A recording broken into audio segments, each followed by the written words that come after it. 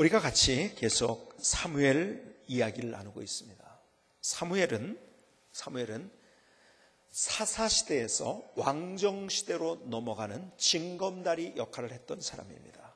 여러분, 한번 성경의 역사를 여러분이 한번 다시 짚어보시겠습니까? 노예 홍수 바벨탑 사건을 지나면서 그러면서 이제 소위 말해서 족장시대가 됩니다. 아브라함서부터 시작이 됐죠. 그래서 그 족장시대로 가다가 여러분이 잘 아시는 대로 요셉에 의해서 그 당시 근동 지역의 모든 나라들이 다 기근으로 인해서 죽게 되었을 때 요셉이 하나님이 앞서 보내셨죠. 그래서 이집트에 애굽에 이민을 가게 됩니다. 그렇죠? 처음에는 좋은 땅을 받아가지고 대우를 잘 받았어요. 왜? 요셉이 총리니까요. 그런데 요셉을 알지 못하는 왕들이 일어나기 시작하지 않습니까? 그래서 저 사람들이 오히려 우리나라를 엿보고 있다. 저 사람들에게 우리나라의 핵심 인물이 되면 우리나라는 저 사람들에게 다 먹혀버리는 거다. 그래서요, 점점 박해를 하기 시작합니다.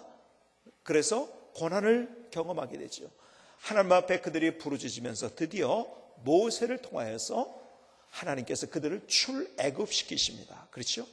출애굽하면서 홍해를 건너고 시내산에서 십계명을 받고요. 그 다음에 이제 광야 생활을 거치면서 드디어 어디로 오게 됩니까? 광야 생활을 거쳐서 가나안 땅에 들어가게 됩니다. 여호수아가 진두지휘를 해서 가나안 땅에 들어왔습니다. 그때서부터의 시대를 우리는 사사시대라고 이야기를 합니다. 왜?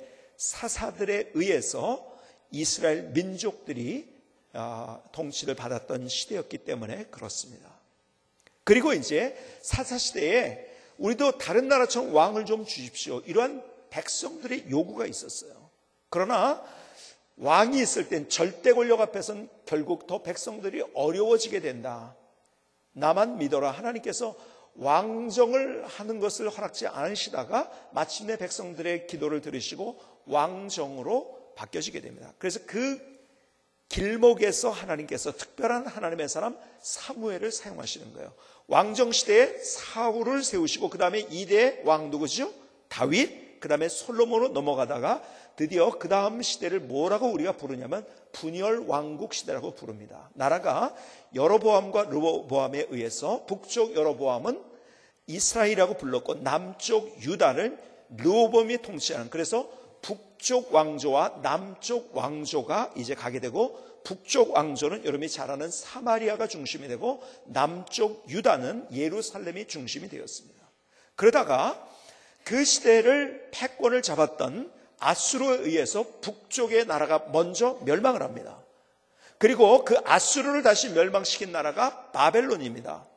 바벨론에 의해서 다시 또 남쪽 왕조가 멸망하고 그 근동 지역에 있는 모든 나라들이 다 바벨론에 의해서 정복당해서 거기에 통치를 받게 되죠.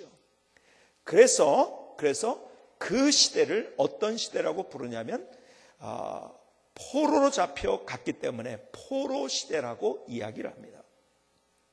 그러니까 포로에 잡혀서 포로 시대가 됐을 때 이제 다시 하나님께서 누구를 세우시냐면 하나님의 섭리대로 페르시아, 성경에서 바사라고 하죠. 바사 왕 고레스가 이제 아시아, 아프리카, 유럽을 최초로 다 통일을 시키고 그리고 정복을 한 다음에 유대인들에게 이 얘기를 하면 너희 고국으로 돌아가라. 그래서 거기에서 너희들이 성전을 지어라. 그래서 에스라, 느헤미야, 그리고 그 이야기가 바로 고국으로 돌아간, 그리고 에스더 이야기는 고국으로 돌아가지 않고 페르시아에 남아있던 사람들의 이야기가 바로 에스더의 이야기입니다. 포로 시대를 거쳐서 귀한 시대가 되어집니다. 그리고 이제 성경의 구약 성경이 마감을 합니다. 그리고 그 다음에 소위 말하는 신구약 중간기가 400년 동안 있게 됩니다. 하나님의 계시의 말씀이 없었던 신구약 중간기 400년, 그때 역사는, 세계 역사는 이렇게 흘러갔습니다. 그 페르시아를, 사실은 페르시아가 그리스 마게도니아 지역을 다 점령하고 있었을 때입니다. 사실은 그 나라 그리스의 도시국가들이 다 페르시아의 영향을 받고 있었던 그때 일어났던 큰 인물 하나가 있습니다. 여러분이 역사에서 보시는 알렉산더가 드디어 페르시아를 침공하고 무너뜨립니다. 그래서 다시 그리스 마게도니아를 중심으로 한 세계의 지도가 이제 바뀌어지게 되는 것입니다. 그래서 알렉산더에 의해서 페르시아 바사 제국이 무너지면서 그 바사 제국이 페르시아가 무너질 때 알렉산더에 의해서 무너졌는데요. 그런데 알렉산더가 33살에 죽게 됩니다. 그렇죠? 역사에 보면 요절을 하는데 그때 죽자마자 그 알렉산더가 정복했던 모든 땅이 아시아, 아프리카, 유럽에 걸쳐서 있던 그 땅이 이제 나눠지게 되는데 어떻게 나눠지면 세 왕조로 나눠지게 됩니다. 그래서 크게 얘기한다면 유럽 쪽에 마게도니아 왕조, 마게도니아 쪽과 그 다음에 아시아 쪽에 시리아를 중심한 셀루쿠스 왕조, 그 다음에 아프리카를 중심한 프톨로미 왕조가 이제 세 왕조가 나누어져서 세계의 통치자들이 계속 이어져 가기 시작합니다. 그때 이스라엘은 그때 페르시아를 바사를 점령한 그 알렉산더에 의해서 그리고 나누어졌던 왕조 중에서 프톨로미 왕조에 의해서 지배를 받게 됩니다. 마침내 프톨로미 왕조의 마지막 왕은 여러분이 잘 아는 여자 왕 클레오파트라입니다. 그렇죠? 그 다음에 클레오파트라가 마지막 로마의 무릎을 꿇게 되면서 그러면서 로마가 또 이집트를 중심으로 해서 그 알렉산더 이후에 있던 영향력에서 그러니까 그리스, 마게도니아 영향력에서 이제 완전히 로마 영향력으로 가게 됩니다. 그 중에 있었던 사건들 중에서 여러분이 이집트가 아프리카지만은 그러나 거기에 알렉산드리아라는 알렉산더의 이름을 따가지고 도시를 만들면서 사실은 그리스의 문화, 헬레니즘 문화가 사실은 어디에서 더 꽃을 피우게 되냐면 알렉산더라는 이집트에서 꽃을 피우게 됩니다. 왜냐하면 프톨레미 왕조 자체가 이것이 그리스 문화에 의해서 알렉산더에 의해서 점령된 땅이기 때문에 실제적으로 그리스 문화는 더 꽃핀 것이 알렉산더를 중심으로 해서 꽃이 피게 되었습니다. 그래서 거기에서 소위 말하는 성경도 70인역이라는 것이 번역이 되고요 하는 그런 사건들이 있는데 어쨌든 그 와중 속에서 사실은 원래 프톨로미 왕조의 영향을 받고 있던 이스라엘, 그런데 프톨로미 왕조를 더 밀고 시리아 쪽에서 온 왕조가 있었는데 앞서 말씀드린 셀루쿠스 왕조가 더 밀고 내려왔을 때 한때는 셀루쿠스 왕조에 의해서 이스라엘이 지배를 받게 됩니다. 그때 셀루쿠스 왕조에 의해서 안토니오스 3세에 의해서 성전이 완전히 더럽혀지는데 어떻게 더럽혀지냐면 거기에 돼지머리 갖다 제사하고요. 막 이런 사건들이 일어나면서 거기서 이스라엘의 유명한 마카비라는 사람이 일어납니다. 그래서 독립전쟁을 일으키고 이스라엘이 독립하는 그러한 사건을 경험하고 지금도 이스라엘 사람들은 해피 하누카, 마카비가 독립을 한 것을 기념해 가지고서 절기를 지키는데 바로 지금 크리스마스 계절과 비슷하게 있습니다. 그래서 그들은 해피 뉴 이어, 메리 크리스마스가 아니라 그들은 해피 하누카라는 그런 인사를 이제 연말에 합니다. 왜냐하면 마카비라는 사람 때문에 이스라엘 역사가 바뀌어졌기 때문에. 어쨌든 그렇게 하면서 로마가 세계의 패권을 잡을 그때 예수님께서 오셨습니다.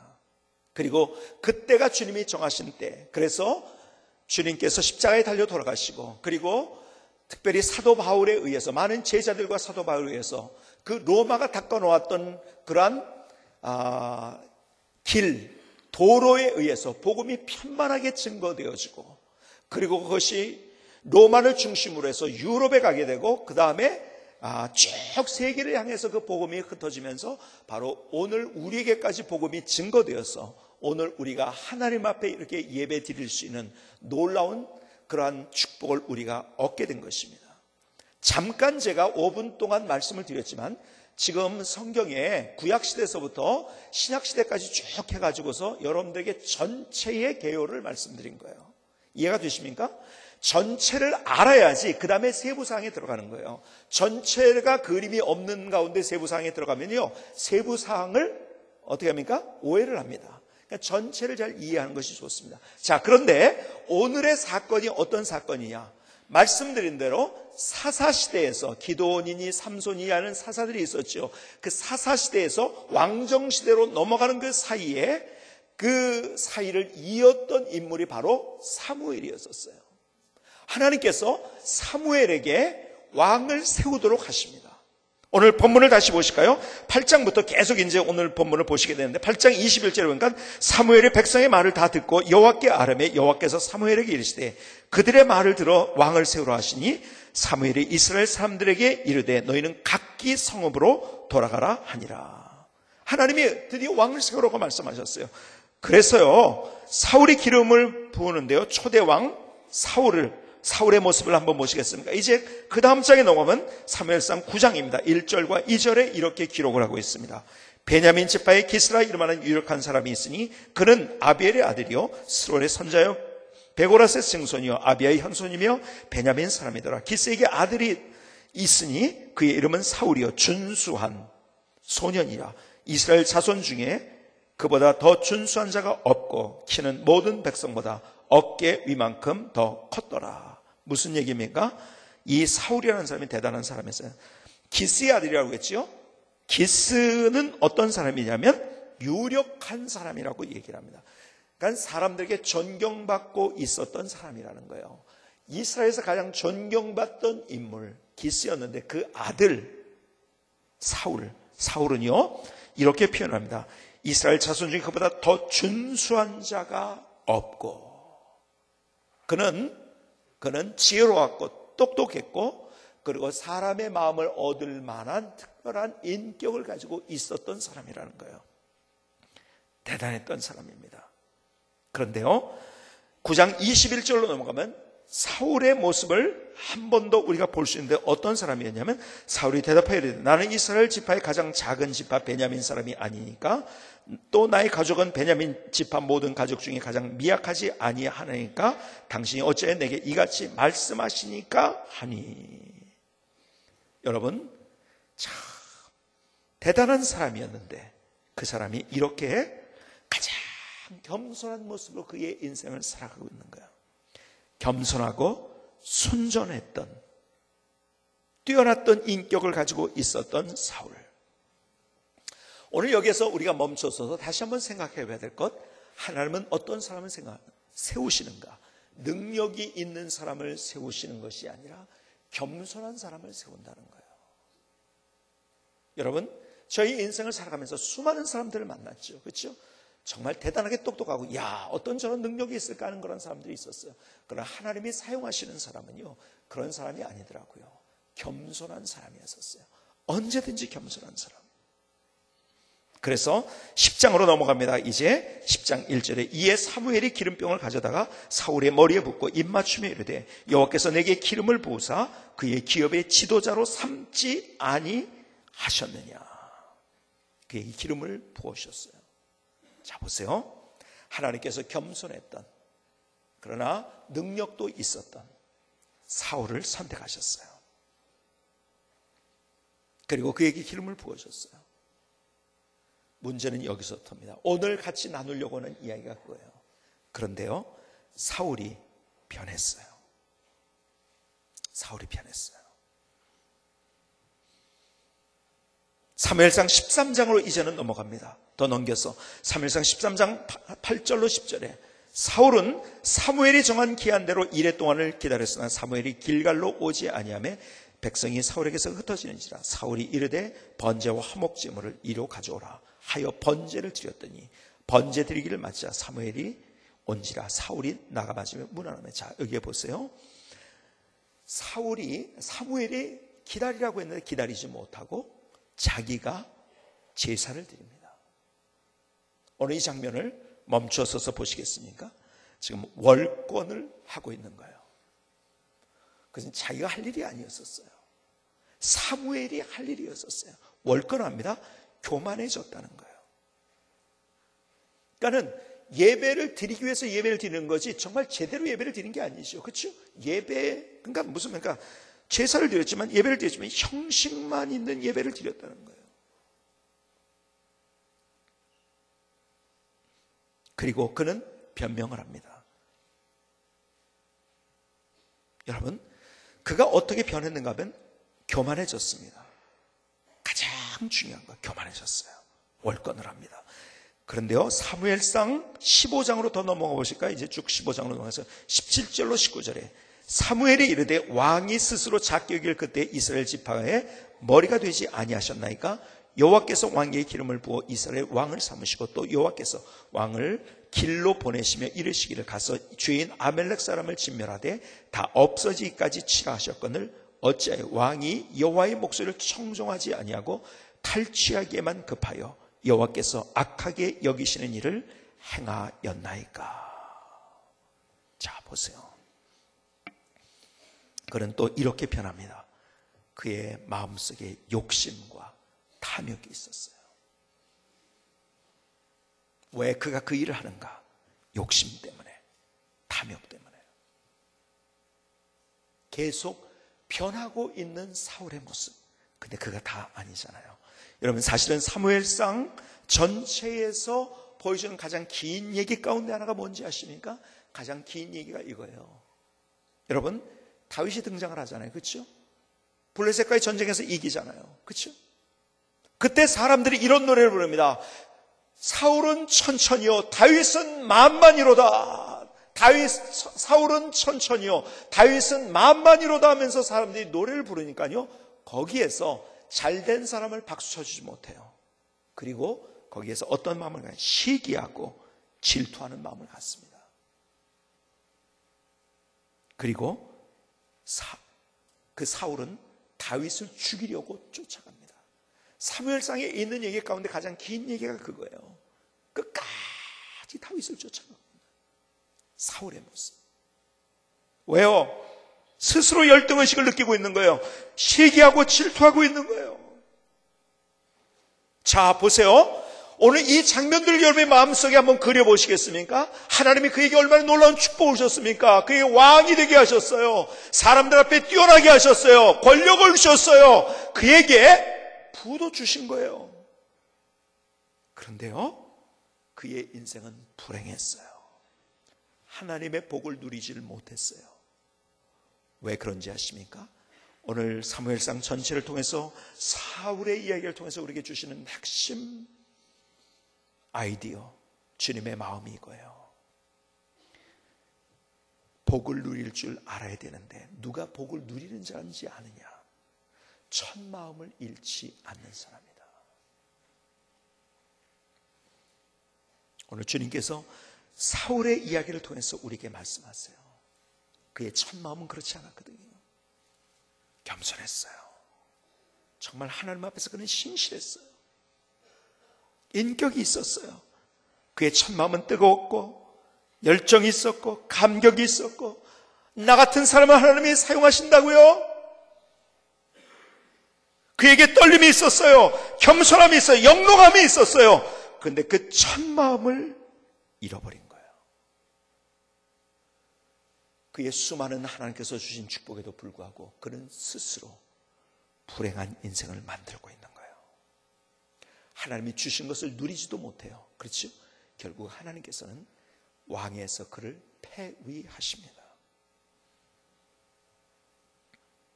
오늘 주님이 사울의 얘기를 통해서 우리에게 주시는 분명한 중요한 가장 중요한 메시지, 주님의 마음과 가슴이 뭔지 아세요? 이 사울의 얘기를 통해서 보여주려는 것. 여러분, 우리가 복을 누릴 줄 아는 사람이 되어야 되는데 그 사람은 누구인가? 첫 마음을 잃지 않는 사람이다. 계시록 2장 1절 이하는 에베소 교회를 향해서 하신 말씀을 통해서 우리에게 도전을 하십니다. 한번 요한계시록 2장 1절 한번 들어보시겠습니까? 에베소 교회의 사제에게 편지하라. 오른손에 있는 7뼈를 붙잡고 7 금촛대 사이를 거니신 이가 이르시되, 내가 내 행위와 수고와 내 인내를 알고 또 악한 자들을 용납하지 아니한 것과 자칭 사도라되 아닌 자들을 시험하여 그의 거짓된 것을 내가 드러낸 것과 또 내가 참고 내 이름을 위하여 견디고 게으르지 아니한 것을 아노라. 너 참 열심히 하는구나. 너 잘한 게 너무 많다. 여러분, 사울이 그런 거예요. 사울이 그가요, 하나님 앞에서 그는 열심히 일을 했어요. 전쟁을 했어요. 최선을 다했어요. 여러분, 사울이 다른 거 잘못한 게 아니에요. 그가 하고 있는 행동에서는요, 뭐든지 열심히였었어요. 근데 보세요. 그러나 4절, 그러나 에베소 교회를 향해서 말씀하신 건 똑같은 말씀에 내가 참 열심히 잘했구나. 그런데 4절, 그러나 너를 책망할 것이 있나니 너의 처음 사랑을 버렸느니라. 그러므로 어디서 떨어진 일을 생각하고 회개하여 처음 행위를 가지라. 만일 그리하지 아니하고 회개하지 아니하면 내가 내게 가서 내 촛대를 그 자리에서 옮기리라. 너 열심히 했구나, 최선을 다했구나, 다른 사람이 볼 때는 뭐 대단한 것 같이 보였구나. 그런데 내가 너를 책망할 게 있다. 가장 중요한 내 마음속에, 내 가슴 속에 식지 말아야 될 그 첫사랑, 첫마음, 처음 행위 어디 갔느냐. 그것이 어디서 떨어졌는지를 생각하고 회개해라. 그렇지 않으면 내 촛대를 그 자리에서 옮길 것이다.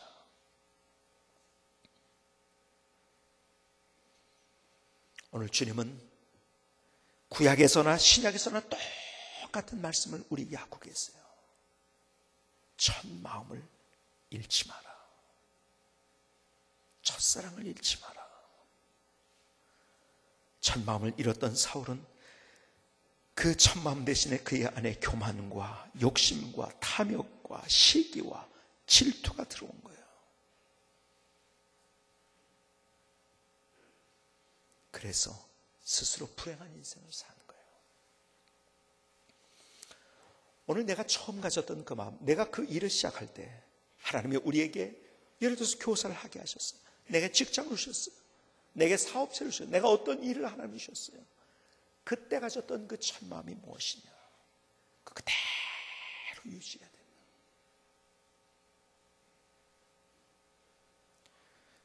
지난 주간에 우리는 가슴 아픈 사건을 만났어요. 우리 교회에서 가장 우리 교회 나오신 역사가 많이 있던 분 가운데 한 분인 배경예 권사님이 하나님의 부르심을 받으셨어요. 얼마나 안타까운지요. 그분의 삶은 또 우리 교회의 역사에 있었어요.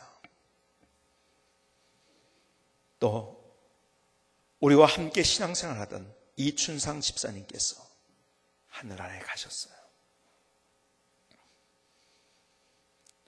사부 예배를 끝나고 그리고 내려오는데 저에게 누군가 뉴스를 보여주는데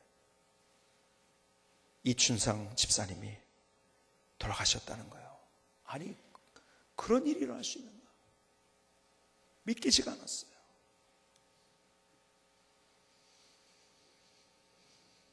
그러나 모든 장례를 마치면서 결론이 그거예요. 우리 이춘상 집사님, 목사인 저에게도 정말 기가 막힌 하나님의 메시지를 주고 떠나셨어요. 우리 이춘상 집사님이 저하고 개인적으로 그렇게 얘기한 것은 거의 많이 없어요. 하나는 저에게 찾아와서, 목사님, 이건 이렇게 했으면 좋을 것 같습니다. 교회 건의를 하나 하는데요, 너무 교회를 사랑하는 마음을 가지고 왔다는 것이 느껴져서 너무 고맙다고 하고, 그것이 그래서 바로 우리 교회에 반영이 됐습니다. 또 하나, 대선을 앞에 두고 제가 성가대를 했는데 예배는 드리지만 잠깐 동안 성가대를 못한 것은 한 달 전인가요? 지금으로부터 저한테, 목사님, 제가 대선 때문에 좀 바빠져서 준비하느라고 성가대는 못하지만 예배는 잘 드리겠습니다. 그게 저하고는 마지막 대화였던 것 같아요. 그런데 돌아가셨다는 얘기를 들었을 때 얼마나 깜짝 놀라지만, 아니, 그 젊은 나이에 그런 장례를 치르면서 저는 유가족들하고 함께 얘기하면서 그분이 살아온 족적들과 사람들이 찾아와서 하는 얘기를 들을 때, 야, 이것은 정말 나에게 하나님께서 주신 기가 막힌 메시지를 주고 가셨구나. 어떤 분이, 그분이 원래 한 대학의 교수로 있었습니다. 교수로 있으면서 학생이 컨닝하는 장면을 본 거예요. 학생이, 교수가 딱 앞에 와 있으니까 얼마나 놀랐겠습니까? 그때 등을 두드려주면서 그냥 환한 얼굴로 한번 보고 그냥 가더래요. 그게 그 학생의 너무 충격이었던 거예요. 이거 끝났다고 생각했는데 그게 그렇게 인생에 남는 스토리가 되었어. 자기가 학원을 하면서도 학원에서 많은 학생들이 있는데 한 번도 그 아이들에게 다그치지 않고 자기가 기다려주고 등을 들여줄 수 있게 만든 장본인이 바로 그 이춘상 집사님이었다는 거예요. 어떤 분이 눈물을 흘리면서 찾아와서 조문을 하러 왔어요. 왜 조문을 하러 왔냐면 이분은요, 식당을 하는 분인데요. 식당을 하면서 손님하고 이 문제가 생긴 거예요. 막 손님이 주인 나오러 가면서 삿대질하면서 막 이 식당에 손님들이 많이 있겠지 않겠습니까? 그런데 막 거기에서 막 난리를 치면서 뭐 이제 이러다가 이제 식당 망하게 생긴 거예요. 그때 아마 거기에서 우리 이춘상 집사님이 식사를 하고 있었나 봐요. 거기에 막 소리 지르던 사람들을 잘 그분에게 마음을 좀 정돈할 것을 좀 잘 어떻게 권면을 잘했는지요. 그분이 그 이춘상 집사님의 말을 듣고서 막 소리지다가 그것이 이제 그만둬 버린 거예요. 그분이 찾아오셔서 그 식당 주인이 찾아오셔가지고 하시는 말씀이 자기가 그때 이춘상 집사님이 마치 하나님이 오신 것처럼 느꼈다는 거예요. 나 이제 모든 게 끝이구나. 그런 상황에 어떻게 이 사람이 이렇게 할 수 있을까? 이건 하나님이 오신 거라는 그런 마음을 가지고 있는데 누군지 몰랐죠, 이춘상 집사님이. 그런데요, 뉴스를 보다 보니까 얼굴이 그분이네? 그리고서 이분이 하던 것을 멈추고 달려온 거예요.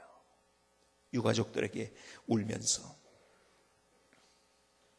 우리 이춘상 집사님이 저에게 이런 분이셨다고. 많은 복지단체나 이런 데를 굉장히 많이 개인적으로나 또 공적으로 많이 섬겼어요. 얼마나 섬겼는지. 여러분, 정치인들이 갈 때는 다 의례적인 거 아닙니까? 거기서 사진 찍고 뭐 하고 뭐 이러느라고 그걸 한 건데요. 이분은 가가지고 다른 사람과 다르게 거기에서 꼼꼼하게 체크해서 여기를 어떻게 도와줘야 진짜 도와주는 것인가. 그러니까 의례적으로 왔다고 생각을 했는데 끝까지 그렇게 해주는 모습을 보면서 너무너무 이분이 이 복지단체에 있던 분들이 감동을 받은 거예요. 개인적으로도 많은 분들을 도와주고요. 많은 사람들이 와가지고 조문객으로 가지고 우리 이 집사님이 이런 분이었습니다. 이런 분이었습니다. 어떤 분은 사법고시를 하고 있는데 우리 이 집사님을 만난 거예요. 준비하고 있는데 자기가 힘들어할 때 만나가지고 그냥 의례적인 만남이었거니 했더니 끝까지 자기를 위해서 지지해주고 기도해주고 하는 그런 모습을 보면서 너무너무 감동이 돼가지고 편지를 하나 썼더라고요. 그래서 그걸 갖다 달라고 했어요. 제가 그걸 읽으면서 얼마나 제 마음이 우리 집사님을 생각하면서 뜨거워지든지요. 제 마음속에 주신 하나님의 말씀인 것이요. 여러분, 우리는 마지막이 아름다워야 돼요. 이런 아름다운 마지막이 어디 있는가? 사람들이 제 발로 찾아와서 이분은 나에게 이런 분이었다고 얘기할 수 있는, 이 사람은 나에게 이런 존재였습니다. 언제나 변함없이. 그것이 남에게 보이기 위한 것이 아니라 그의 가슴 속에서 우러나오는 첫 마음을 잃지 않고 언제나 하나님 앞에서 그 일을 하려고 했던 그 마음. 목사인 저에게도 도전을 주고 이 땅을 떠났어요. 그래서 우리 집사님을 생각하면서 제가 하나님 앞에 다시 기도한 것, 하나님, 내 인생의 마지막도 이렇게 아름답게 해주세요. 하나님, 우리 이춘상 집사님이 그렇게 했던 것처럼 언제나 첫 마음 잃지 않게 해주세요.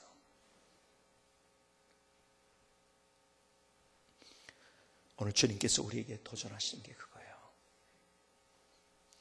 어제 이야기를 하는 게 아니에요. 주님께서 내일의 이야기를 하는 게 아니에요. 바로 오늘 내 안에 내가 처음 가졌던 그 마음, 그것이 불타고 있는가? 그 겸손했던 마음, 뜨거웠던 마음, 설레었던 마음, 영롱했던 마음, 그 감격스러웠던 마음, 주님은 어저께를 묻고 계지 않으세요. 내일을 묻고 있지 않으세요. 내가 오늘 그러한 마음을 내 마음속에 가지고 있는가.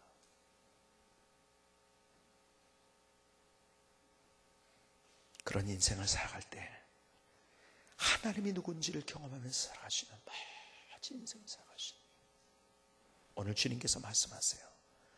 너 다른 거 아니다. 정말 인생에 중요한 게 있다. 그 첫 마음을 잃지 말아야 된다. 김승기 선교사님의 찬양을 들으시겠습니다.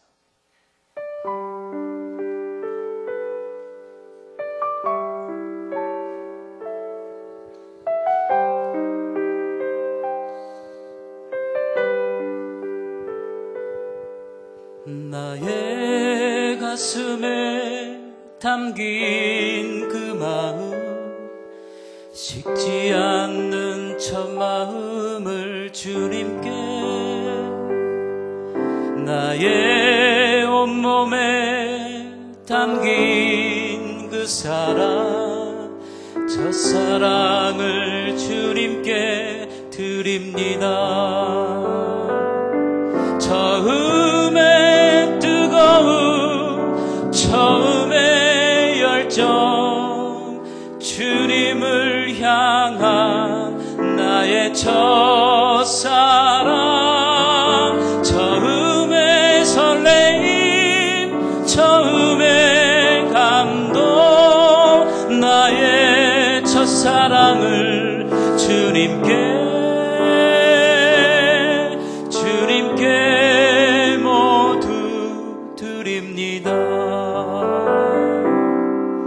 나의 가슴에 담긴 그 마음, 식지 않는 첫 마음을 주님께,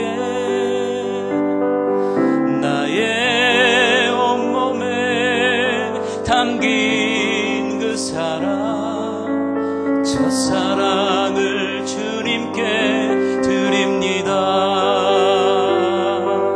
처음에 뜨거운 처음에 열정, 주님을 향한 나의 첫사랑, 처음에 설레임, 처음에 감동, 나의 첫사랑을 주님께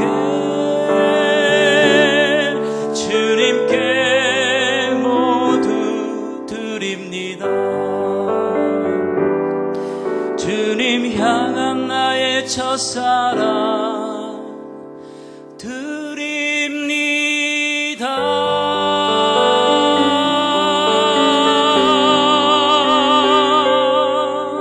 아멘. 하나님 나의 고백입니다. 하나님 나의 노래입니다. 하나님 나의 고백을 받아 주시옵소서. 제 인생의 뒤를 돌아볼 때, 목회하면서 인생의 마지막 여기까지의 반절을 지나왔을 때, 어느 날 하나님께서 요한복음을 읽으면서 인생의 새로운 전기를 저에게 주셨어요. 마지막 요한복음의 말씀을 마지막 부분을 읽고 있는데요, 주님께서 이 장면 기억하십니까? 베드로에게 찾아오셔서 주님께서, 부활하신 주님께서 이렇게 질문하셨어요. 내가 나를 사랑하느냐? 내가 나를 사랑하느냐? 내가 나를 사랑하느냐? 왜란 영적인 호기심을 가져 주님 왜 이 질문하셨나요? 그러면서 그 말씀을 묵상하고 있는데, 그날 저에게 두 가지 깨닫게 한 것 때문에 저는 그날 밤을 울면서 하나님 앞에 밤을 지셨어요. 하나님의 은혜가 너무 감격스러워서. 첫 번째가 바로 그거예요. 내가 나를 사랑하는 말씀 속에 담긴 주님의 마음. 베드로야, 내가 나에 대한 지식이 많이 있지? 그거 중요하다. 꿈도 중요해. 네 계획도 중요해. 그리고 내가 가진 재능, 능력 다 중요해. 그런데 더 중요한 게 있다. 내가 나를 얼마나 사랑하느냐 하는 것이다. 네가 나를 처음 만났을 때 그 뜨겁게 나를 향해서 달려왔던 그거 있잖아. 그거 잃어버리면 안 돼. 그러시면서 두 번째 주님께서 베드로에게 주셨던 말씀이 그거예요. 베드로야, 내가 실수했구나, 넘어졌구나, 실패했구나, 나를 모른다고 부인했구나, 나를 향해 등 돌렸구나. 그럼에도 불구하고 난 널 여전히 사랑한단다. 내가 나를 사랑하느냐는 말씀 속에는 주님의 그 마음과 그 심장이 담겨 있었던 거예요. 베드로야, 난 널 그래도 사랑해. 사람들은 내가 변하니까 하나님도 변한다고 생각해요. 아니에요. 나의 어떤 상황에도 불구하고 주님은 나를 사랑하세요. 내가 주님을 만났던 그날을 기억하십니까? 하나님이 나를 얼마나 사랑하시는지. 그때 하나님이 나를 사랑하시고 끝난 것이 아니라 그 하나님의 사랑은 그때 내가 만났던 그대로 여전히 지금도 내가 변한다 할지라도 변치 않는 사랑으로 나에게 다가오셔서 지금도 나와 함께 하신 거예요. 그날 그것을 깨달은 다음에 제가 그때서부터 축도를 할 때마다 하나님의 사랑을 얘기할 때 이렇게 표현합니다. 내가 변한다 할지라도 변치 아니하시는 하나님의 사랑하시는 것. 내가 변하니까 하나님도 변한다고 생각해요. 아니에요. 하나님은 변치 않으세요. 내가 주님의 마음을 수없이 아프게 하고 실수하고 넘어지고 내 마음대로 내 뜻대로 내 생각대로, 그래서 하나님 앞에 내가 마치 베드로가 예수님을 부인한 것처럼 부인한 상황들이 얼마나 많이 있었는데요. 그럼에도 불구하고 주님은 날 여전히 처음 내게 사랑하신다고 말씀하셨을 때 그때 똑같은 마음으로 나를 사랑하고 계시더라고요. 그때 주님 앞에 얼마나 울면서 주님, 나도 주님 사랑합니다. 내가 다시 그 사랑으로 일어서겠습니다. 하나님이 나를 처음 만나셨을 때 그 감격, 하나님이 내게 얼마나 은혜를 주셨는지, 목사로 나를 불러주실 때 얼마나 울면서 하나님 앞에 하나님 나 같은 사람을 목사로 불러주시다니요. 내가 그렇게 하나님 앞에 나갔는데 하나님 그때의 그 마음, 그 뜨거움, 그 사랑, 그 첫사랑으로 언제나 나도 주님 앞에 주님 사랑한다고 고백하면서 내가 하나님의 일을 감당하겠습니다. 제 인생의 뒤를 돌아볼 때 그때가 많은 전기가 있었지만 제 인생을 가장 새롭게 한 사건 중에 하나가 바로 그때였습니다. 오늘 주님께서 오늘 다시 우리에게 말씀하고 계신 거예요. 첫 마음이 어디 갔느냐? 그 첫사랑이 어디 갔느냐? 그 뜨거웠던 마음, 설레었던 마음, 영롱했던 마음, 감격스러웠던 마음. 오늘 주님께서 그것이 회복되길 원하세요. 내가 무엇을 하고 있느냐보다 더 중요한 것은 내가 어떻게 그것을 하고 있느냐가 더 중요한 거예요. 사울이 그냥 똑같이 그 일을 하고 있었어요. 그런데 속에서 왜 그것을 하고 있느냐는 변했어요. 오늘 주님께서 우리에게 말씀하세요. 바로 저에게. 여러분들이 저를 위해서 기도해 주시기 바랍니다. 저는 여러분들의 기도가 필요해요. 그런데 정말 저를 위해서 기도할 가장 큰 기도 제목, 하나님, 유관재 목사가 첫 마음 잃지 않게 해주세요. 언제나 그 마음으로 하나님, 내가 은퇴할 때까지, 아니 하나님 앞에 부름을 받는 그날까지, 그때가 언제일지 모르지만 하나님 첫 마음 잃지 않게 해주세요.